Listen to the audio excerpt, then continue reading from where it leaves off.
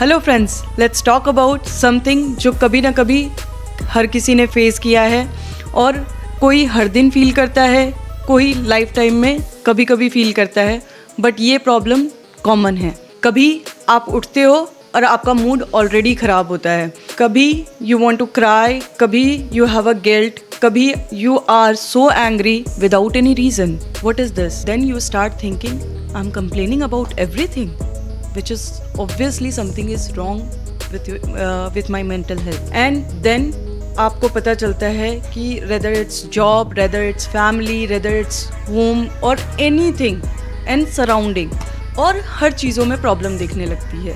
And let's talk about today the word anxiety. That's the word for today. Exactly. ये chronic anxiety और fear यही काम करते हैं। ये आपके ब्रेन को एक रीवायर करते हैं जिससे कि आप फियर या डेंजर क्या कमियां है, किस चीज़ पे कंप्लेन करते हैं, ये सब आपको ज़्यादा ही दिखने लग जाती है। और साइकोलॉजी में इसको अमिगडाला हाईजैक बोला जाता है। इसमें क्या होता है कि आपका जो इमोशनल ब्रेन है वो हाईजैक हो जाता है और छोटी छोटी जो लाइफ के स्ट्रेस सिचुएशन है वो भी आपको एक थ्रेट की तरह दिखने लग जाते हैं। हाँ, the exact moment when you feel now or never. The exact moment जब आपको ये पता चलता है कि अब whatever it's going on, the chaos, the clutter, the complaining, I have to change it, I have to fix it. You get up, you pause and you breathe. You don't know that how the change will look like, but definitely you know that I'm going to change it and change it for a good. And then one day what happens is कि something shifts. ये बहुत ही dramatically नहीं होता, बिजली नहीं खड़कती या emotional outburst नहीं हो सकता। It could be as simple as कि आप बस एक दिन सुबह उठे और इंस्टेड आप अलार्म का स्नूज बटन दबाने की जगह फॉर द 10th टाइम आप सोचते हैं कि नहीं, आज मैं उठूँगी और आज मैं कुछ डिफरेंट करूँगी। You just say that this is enough and I just can't keep living like this. Science भी इसको सपोर्ट करता है और इसको कॉग्निटिव रीअप्रेजल के नाम से जाना जाता है। इसमें क्या होता है कि आपका जो ब्रेन है ये इमोशनल वेट को रिकॉग्नाइज करता है, इसको रीइवैल्यूएट करता है और सोचता है कि यस, अब कुछ शिफ्ट होने की ज़रूरत है। ये जो शिफ्ट आप एक्सपीरियंस करते हैं ना, ये बहुत ही छोटा सा होता है, yet very very powerful. It is the first step to healing. And then you realize मैं थक गई हूँ but मुझ में अभी भी स्पार्क है. And then you become victim to creator, stuck to moving and from fear to growth. Exactly. और इसको अब हम आपको समझाएंगे 3 एविडेंस बेस्ड टूल्स के साथ। First one being name it to tame it. अगर आप कुछ एक्सपीरियंस कर रहे हैं, फॉर एग्जांपल मैं बोलूँ कि मुझे बहुत ही एंग्शियस फील हो रहा है, जैसे ही आप उस चीज़ को एक लेबल देते हैं उसकी पावर अपने आप कम हो जाती है और आप बेटर फील करने लग जाते हैं। सेकेंड मेथड ये कहता है ग्राउंडिंग टेक्निक, जिसमें आपने सुना होगा 5 4 3 2 1 टेक्निक। कोई भी ऐसी 5 चीज़ें जो आप देख सकते हैं, 4 चीज़ें जो आप टच कर सकते हैं, 3 चीज़ें जो आप सुन सकते हैं, 2 चीज़ें जो आप फील कर सकते हैं और 1 चीज़ जो आप टेस्ट कर सकते हैं। और थर्ड एविडेंस ये कहता है reframing thoughts. Instead of saying कि आई फेल्ड, इसकी जगह आप बोलिए कि नहीं, आई लर्न समथिंग। जैसे ही आप कभी भी अपने आप को क्रिटिसाइज मत करिए, ऐसे करने से आपका हमेशा ग्रोथ माइंडसेट रहेगा। और ये चीज़ जो रियल लाइफ में काम करती है वो ऐसे है कि आप अपना रूटीन बनाइए। सुबह उठिए, सनलाइट में जाइए और फ्रेश एयर लीजिए और डेली के लिए एक छोटा सा टास्क चुनिए जो आपको फिक्स करना है। दूसरी चीज़ ये है कि आप अपने लिए कुछ ऐसी एक्सरसाइजेज चुनिए जिस whatever you feel like, may be yoga, may be dancing, may be music, जिससे आपको अच्छा फील हो और आपका डोपामिन रिलीज़ हो। तीसरी चीज़ जो कि बहुत ज़रूरी है, अपनी नियर वन डियर वन से बात कीजिए और अपनी चीज़ों का सोल्यूशन ढूंढने की कोशिश कीजिए। स्ट्रेस सबको होता है, कभी कभी प्रेशर बहुत फील होता है, रिस्पॉन्सिबिलिटीज़ बहुत लगती हैं और ऐसे थॉट्स आते हैं जिन्हें हम कोप अप नहीं कर पाते। कभी कभी तो इवन खाना डिसाइड करना भी मुश्किल लगता है। शिल्पी, आपने यहाँ पे बिल्कुल ठीक बोला। जब आप स्ट्रेस में होते हो तो आपका बॉडी एक हार्मोन रिलीज करते हैं जिसको बोला जाता है कॉर्टिसोल। और जब कॉर्टिसोल रिलीज होता है तो जो आपका ब्रेन का प्री फ्रंटल कॉर्टेक्स होता है वो श्रिंक होने लगता है। इससे क्या होता है कि जो आपकी डिसीजन मेकिंग पावर है वो बहुत ही स्लो डाउन हो जाती है। अब इसको कोप करने के क्या मैकेनिज्म होते हैं, सबसे पहले समझते हैं। First of all is boxing technique. आपको क्या करना है, एक सेम वे में ब्रीदिंग करना है, ब्रीद आउट करना है। तो 4 सेकेंड्स ब्रीद इन करिए, 4 seconds hold and release for 4 second. ये आपको लगातार करते रहना है अगले 2 मिनट तक। नेक्स्ट आपको क्या करना है कि एक रूटीन बनाना है कि मेरा कैसे काम डाउन हो सकते हो। कुछ लोगों के लिए कैंडल जलाना इजी रहता है, जर्नलिंग करना हेल्प करता है, या कि आप सोने से पहले कोई भी एफर्मेशंस सुन सकते हैं, या कोई स्पिरिचुअली आप किसी गुरु को फॉलो करते हैं तो उनकी भी बातें आप सुन सकते हैं। आपको ये समझना है कि आप काम कैसे हो सकते हैं और क्या किया जाए इसमें। ऑनेस्टली मेरे लिए best coping mechanism is just walk with my music. And मैं अपनी म्यूज़िक को कान में डाल के अपनी बिल्डिंग के आसपास घूमती हूँ and I feel like rejuvenated because you are exhaling your day and you feel much better. आप बताइएगा कैसे फील करते हो? अगर देखा जाए तो हमें फियर किस बारे में होता है, फियर ऑफ अननोन। तो जो एक फियर का सेंटर पॉइंट है हमारा, अगेन उसको क्या बोला जाता है, एमिगडाला। ये एक रेड अलर्ट पे चला जाता है कि ओ माय गॉड अब क्या होने वाला है। To break this fear loop response, what we have to do is we have to follow 3 simple steps. You know what? जैसे मुझे लगता था कि पब्लिक स्पीकिंग मेरे लिए बहुत ज़्यादा टफ है क्योंकि मैं लोगों के सामने जाऊंगी तो मैं नर्वस हो जाऊंगी। एंड होता क्या है इसमें, जब हम नर्वस होते हैं अगेन द फियर गेट्स इन कि पता नहीं क्या होगा, लोग मुझे क्या कहेंगे, ऐसा होगा वैसा होगा।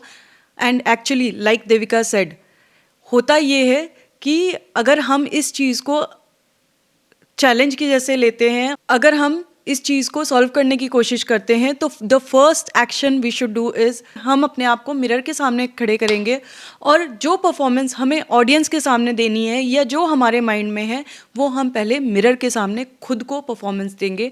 And then we will know कि हाँ वी गॉट द कॉन्फिडेंस, ये तो मैं कर सकती हूँ। देन किसी भी अपने फैमिली मेम्बर को बोलिए कि आपके सामने बैठे and then you give that same performance to them. Slowly, slowly you will see 2%, 3%, 4%, 5% and then 100, 1000, millions. आप किसी के सामने भी कॉन्फिडेंट फील करोगे। एंड सेकेंड थिंग आपको ये करनी है कि आपको अपने फियर को नाम देना है। मोस्ट ऑफ द टाइम हम क्या करते हैं, हम ये कहते हैं नहीं मुझे कोई फियर नहीं है, बस मैं ये करना ही नहीं चाहता या करना ही नहीं चाहती। होता क्या है कि हम अपनी फियर को एक्सेप्ट ही नहीं करना चाहते, विच इज़ वेरी रॉन्ग। आप अपने फियर को एक्सेप्ट कीजिए और आप ये अपने आप को बोलिए कि हाँ ये मुझे डर लग रहा है बट मैं इसको ओवरकम कर सकता हूँ, कर सकती हूँ।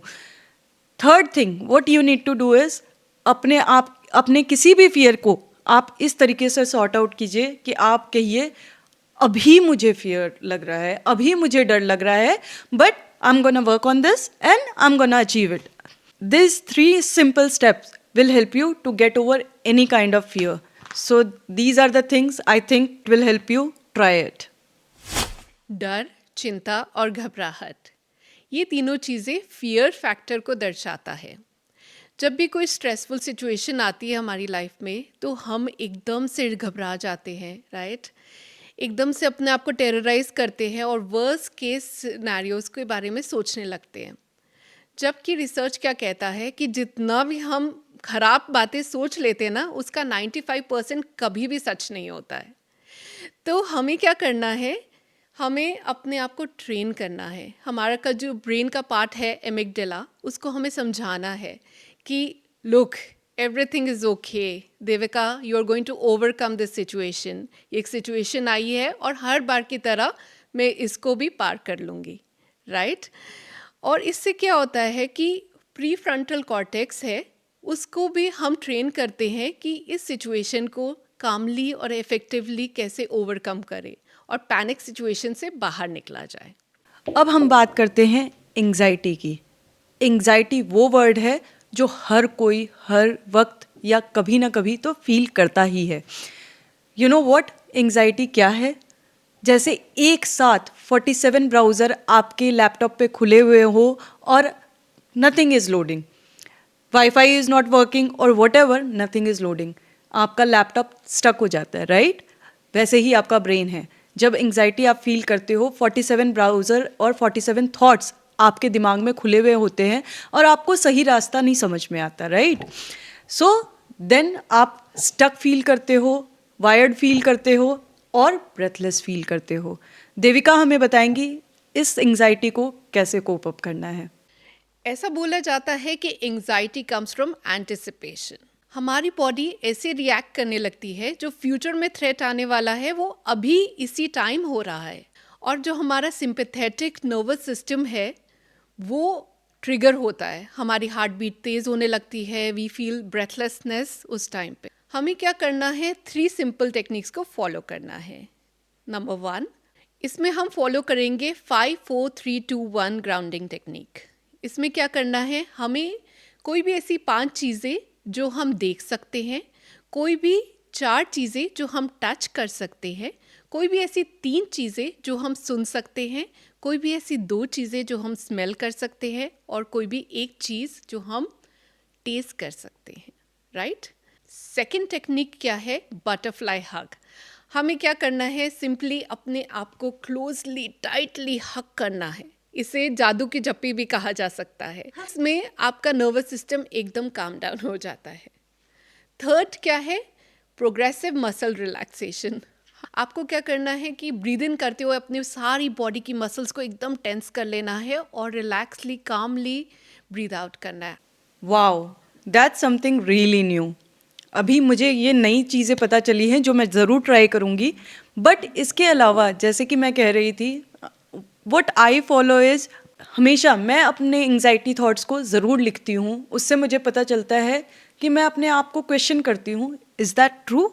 80% of the time I find no it's not. That's the time मेरे माइंड को ये क्लियर हो जाता है कि मैं जो सोच रही थी वो गलत सोच रही थी, वो एंग्जाइटी का कोई मतलब नहीं है.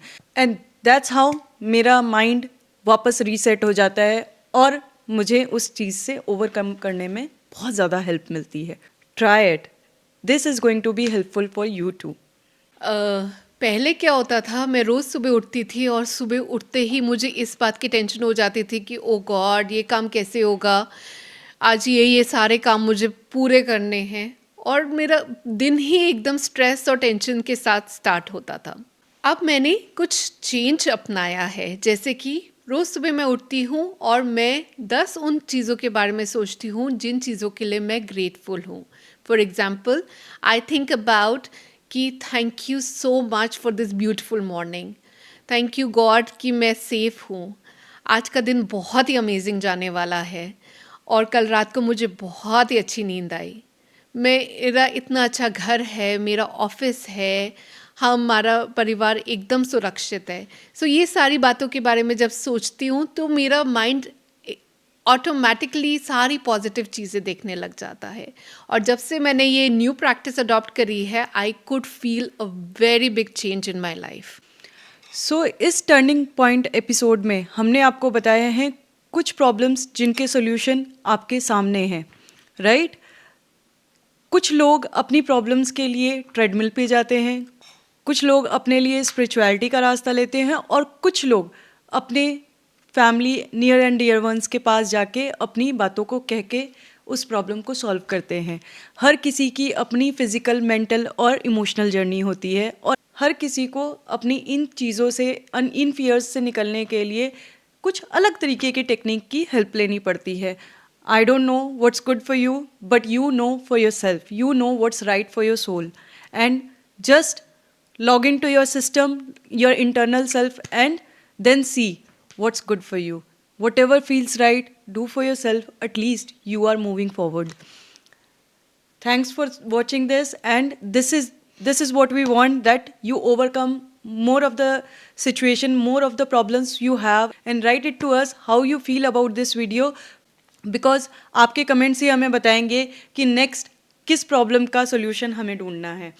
और इन्हीं बातों को आगे रखते हुए हम कहते हैं healing starts with us. This is our slogan and we will move forward with this healing with your internal self and healing together. Like share and subscribe. हमें बताइएगा आपको ये एपिसोड कैसा लगा और whatever आपको नेक्स्ट टॉपिक कौन सा चुनना है. Thank you so much for watching this. Thank you. Healing start with us. Bye bye.